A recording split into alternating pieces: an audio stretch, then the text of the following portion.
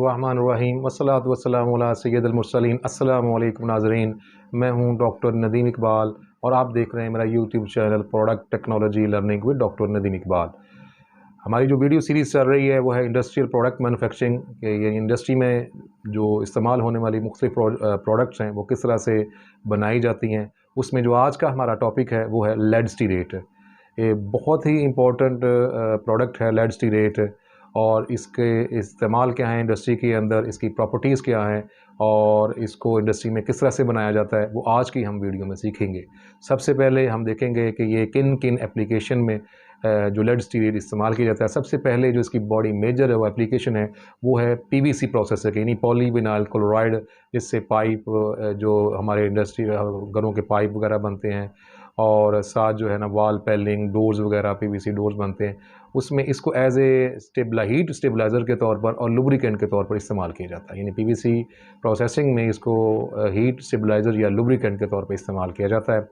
और जो PVC covering होती है, यानी इलेक्ट्रिक केबल की पीवीसी कवरिंग होती है, उसमें ये एज ए लुब्रिकेंट के तौर पर भी इस्तेमाल किया जाता है और इलेक्ट्रिक कंडक्टिविटी को ये रिड्यूस भी करता है। तो यानी कि ये is a best one for PVC जो है ना वो इलेक्ट्रिक कवरिंग। तो जो इसके बाद इसके में है कि जो एक्सपेंडेबल पीवीसी एक्सपी एप्लीकेशन है, इसमें इसको एज ए किकर के तौर पर, यानी पोर जनरेशन को प्रमोट करने के लिए, यानी कि मैक्सिमम पोर जनरेशन को या उसकी डेंसिटी को जो है ना वो कंट्रोल करने के लिए या ऑप्टिमाइज डेंसिटी को अचीव करने के लिए जो है लेड स्टीरेट को एज ए किकर के तौर पर जो है ना एक्सपेंडेबल पीवीसी में भी इस्तेमाल किया जाता है।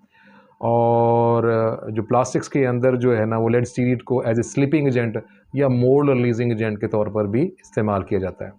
और उसके बाद जो है ना वो जो इसको एज ए ड्रायर यूज़ किया जाता है, लिकर वार्निशेस या पेंट में इसको एज ए ड्रायर के तौर पर भी इस्तेमाल किया जाता है।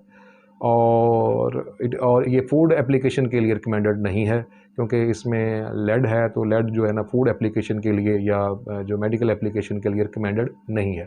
तो मेजरली इसको पीवीसी इंडस्ट्री या प्लास्टिक इंडस्ट्री में एज ए स्टेबलाइज़र के तौर पर, किकर के तौर पर जो इसको जो है ना वो लुब्रिकेंट के तौर पर इस्तेमाल किया जाता है।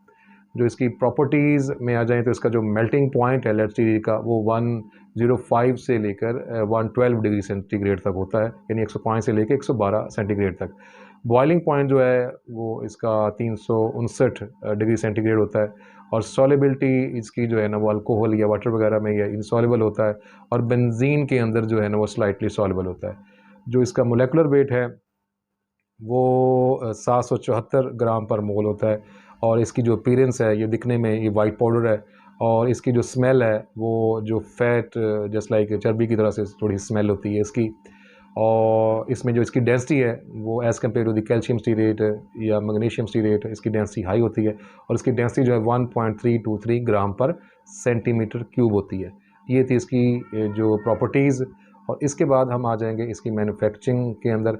इसकी जो मैन्युफैक्चरिंग के लिए जो इक्विपमेंट इस्तेमाल होगा वो रिएक्शन वेसल होगी, जिसमें कंटिन्यूसली हीटिंग और कंटिन्यूस स्टीयरिंग कंट्रोल, हीटिंग और कंट्रोल जो स्टीयरिंग की जो है ना प्रोविजन होगी।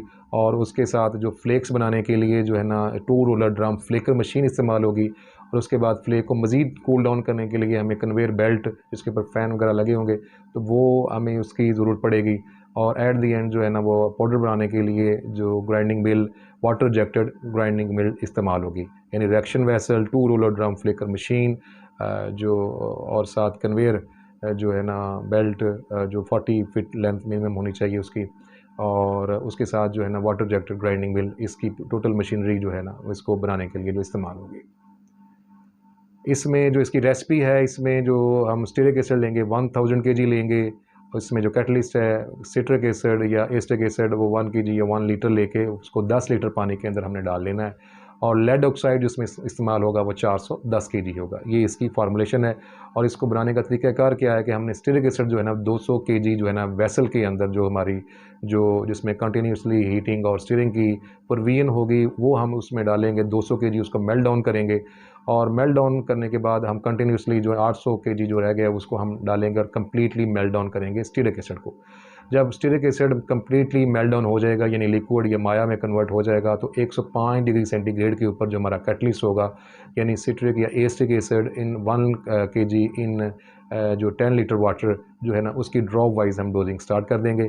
और लेड ऑक्साइड जो है उसकी जो डोजिंग है वो 410 kg की वो भी कंटिन्यूसली साथ साथ करनी है। इसमें जो स्टीरिंग करनी है ये बहुत इंपॉर्टेंट है, इसमें जो स्टीरिंग करनी है विगरस स्टीरिंग करनी है यानी 120 to 140 की हमें स्पीड चाहिए और विद स्क्रैपर। यानी इसमें जो लेड ऑक्साइड है क्योंकि इसकी डेंसिटी जो है ना बहुत ज़्यादा है यानी मोर देन 3 इसकी डेंसिटी है ग्राम पर जो है ना वो सेंटीमीटर क्यूब में। तो इसकी जो ये नीचे अगर हम स्क्रैपर यूज़ नहीं करेंगे या इसकी विगरस स्टीरिंग नहीं करेंगे तो ये नीचे बैठना शुरू हो जाएगा, अनरिएक्टेड रह जाएगा, तो कम्प्लीटली लेड स्टीरियड जो है ना वो कन्वर्ट यानी नहीं बन पाएगा।